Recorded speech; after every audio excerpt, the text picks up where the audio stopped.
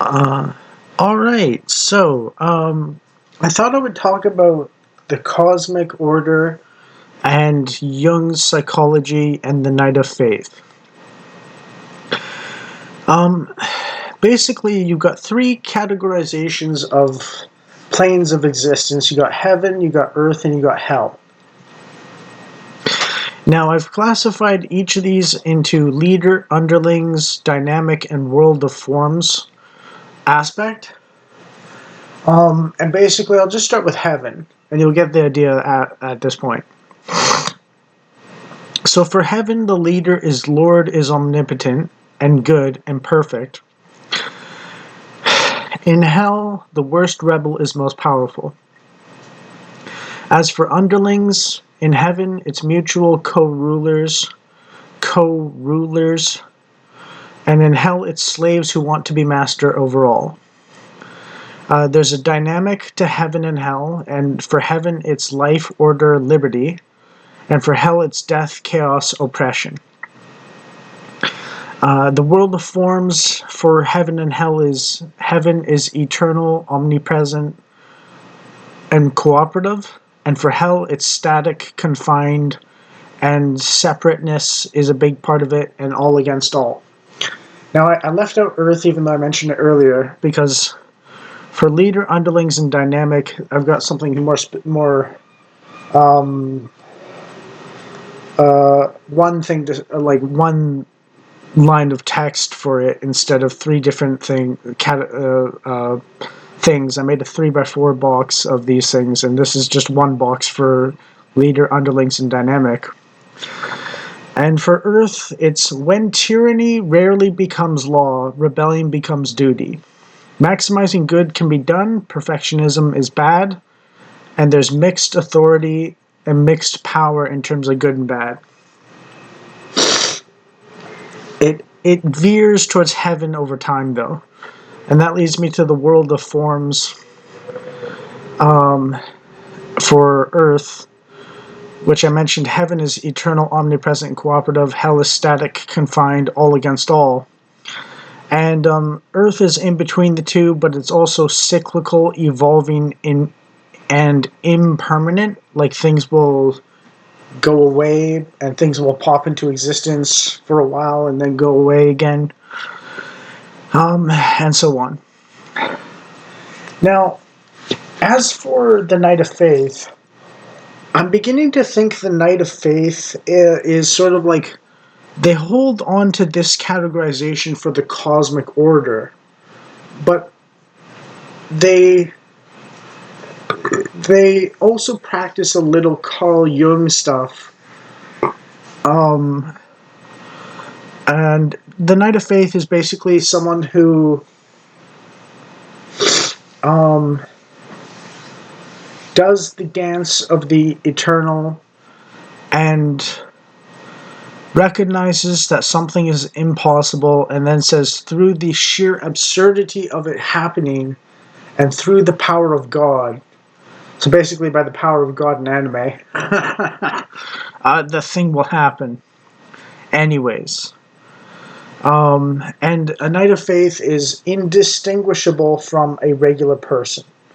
Which brings me to the hero's journey and Carl Jung. Now, the hero's journey is somewhat based on Carl Jung's general trajectory, I think, and his concepts a little bit on some level. And basically, it's a circle. It's just a circle, and you start at the top and you go all the way to the bottom, and then all the way back up to the top.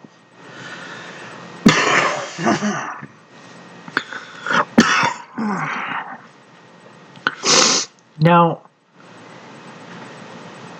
the thing is, the leader of heaven is judging.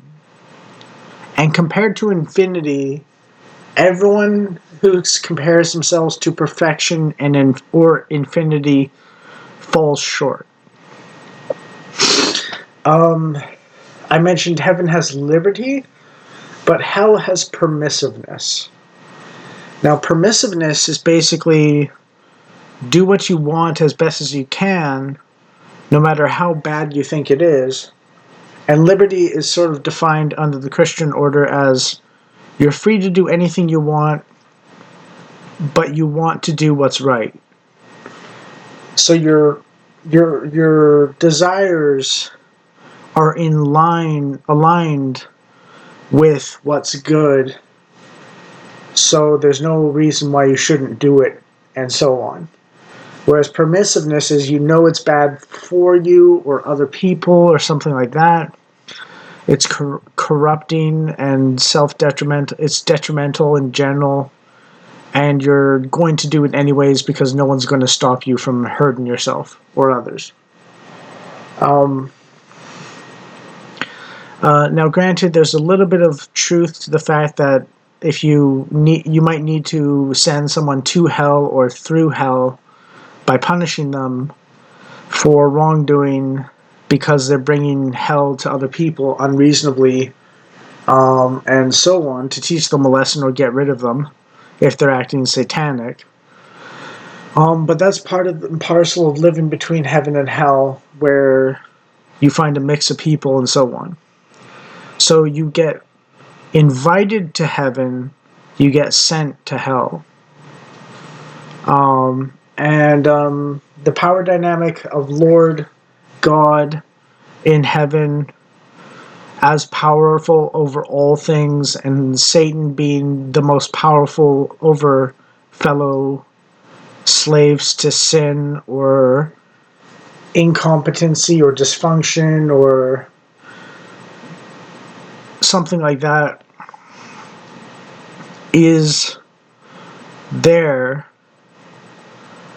Whereas on Earth, you can get Robin Hood or King David or someone who's a rebel, but they recognize they're not necessarily, at least at the moment, in the time of their rebellion, good for or ready for power over others or authority over others.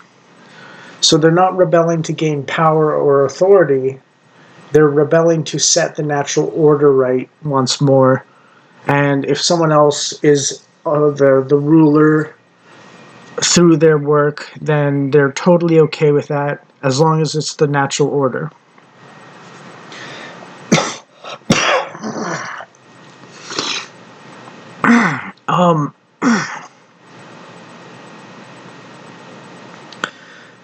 There was one more thing to this. I can't remember what it is exactly. Oh, you're right. On Earth, because we can maximize good but never get it perfect, we should know the limits of our foundations and not overextend, or else everything will collapse into hell as we try to build towards heaven. You build towards heaven, you collapse into hell. And the foundations of your worldview determine how far to heaven you can build before it collapses. Yeah.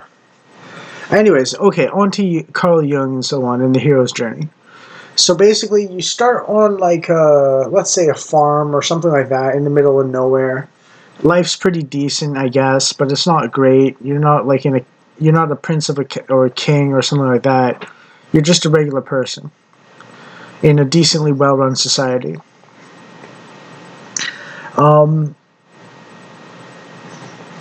A messenger from heaven, possibly, or someone who's like a supernatural force or some call to adventure, as they say,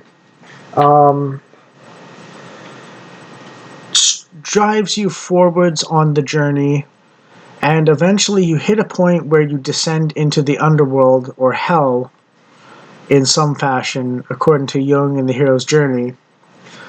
And you learn the hard truths of life that you would not have learned otherwise, the hard way. And this is a hero's journey. So this is for heroes. You have to go through hell to get to heaven is kind of the Carl Jung and hero's journey common mythological story. And so on. Then, at the end of your journey through hell or the underworld, where you learn all the things about evil and how they work and so on. Sometimes the heaven will rescue you through a miracle, or you have to climb out yourself and then contend with the leader of heaven more directly and intimately, and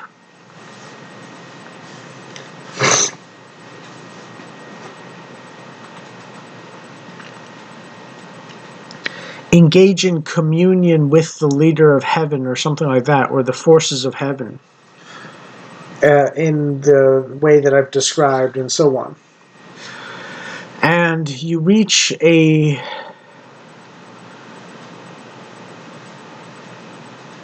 understanding and the heights of your heavenliness in this world. Because the other thing I forgot to mention is Carl Jung views heaven and hell as sort of states of being almost, or modes of thinking, or experience types, and so on. And you know how people say, oh, it was hell, or this is absolute heaven, and so on. So that's kind of what he's getting at, because Carl Jung's more focused on this world and the mind, and like this world and its aspects of the mind, than the cosmic cycle and so on. So the Knight of Faith in this case would trust in the cosmic order that I outlined, but also understand the Carl Jung psychological aspect on top of it at the same time. So both are true in this case.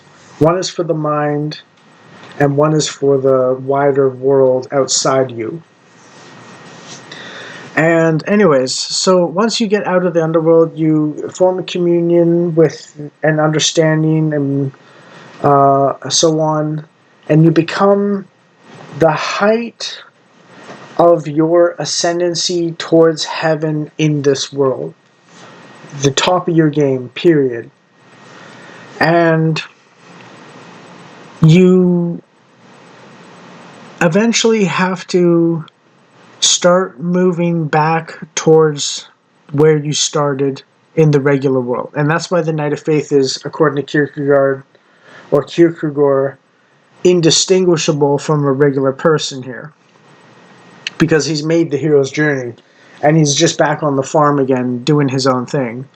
And I'll give you an example or two of people who have done that kind of thing, and it's like, they're really like, I'll tell you what they did exactly, and like why they're, I'll tell you about them in a second. And basically, for Carl Jung, the idea is, and this is also the Christian idea almost, to look at things as if they were brand new, that you've seen 1,000 times already. You know, a new light shining from the same old, same old. A more developed worldview that returns you back to your old self. And finding your inner child when you're older, after maturing and being focused on that from growing up as a child.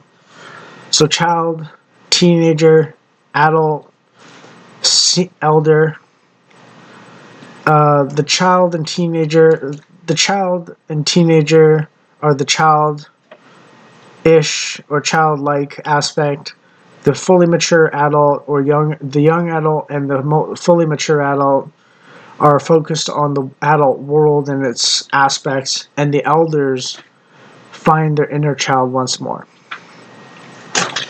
And the psychology of that is basically, for this world.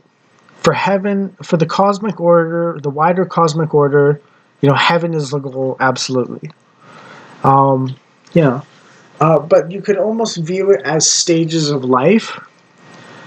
And And part of what the adult world means, maturity means, is understanding the dark side of life. So you start as a child in the regular farm, you descend into hell, into adulthood and its demands, and then you go to heaven with the competency of an adult, but the contentedness of a child, and so on. So basically, the last trick of the hero's journey, or trip of the hero's journey, is that you get something that you can communicate to others or give to others that is useful. It could be like a cure for someone you love's disease that was killing them before you went on the journey or something. It could be some wisdom to help organize your society better. It could be a piece of technology. It could be a magical artifact. You know, it's sort of like a up in the air, but it's some sort of thing or concept or aspect that you can share with others that's beneficial, that wasn't findable or makeable before you went on the journey.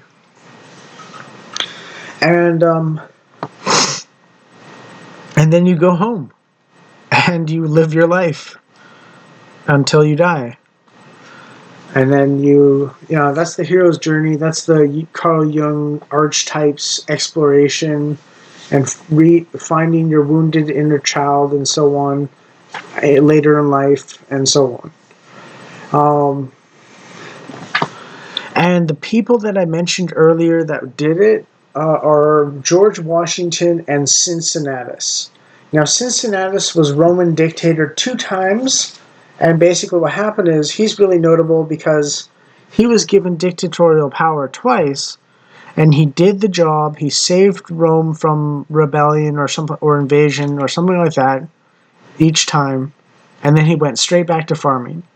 I mean, like, the movie Gladiator is basically mixing Cincinnatus in some sense with, like, an action hero. The virtuous parts of Maximus in Gladiator are Cincinnatus in reality. And George Washington was directly inspired by Cincinnatus when he had control of the army, when he could have been king of America. He stepped down from office and gave up all his military power and went back to farming, inspired by Cincinnatus. And that's why Cincinnatus is so important nowadays. So America would not exist as a republic if George Washington was not inspired by Cincinnatus.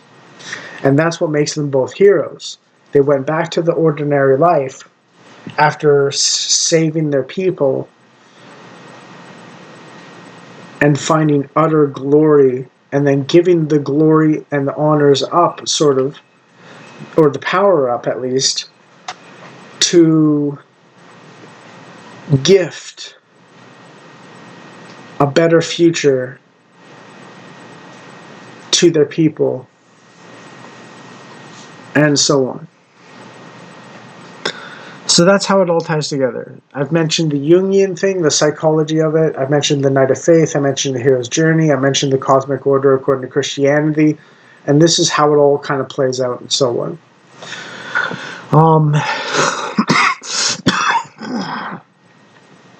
The Jungian thing, the hero's journey, are more psychological and this world focused in actuality.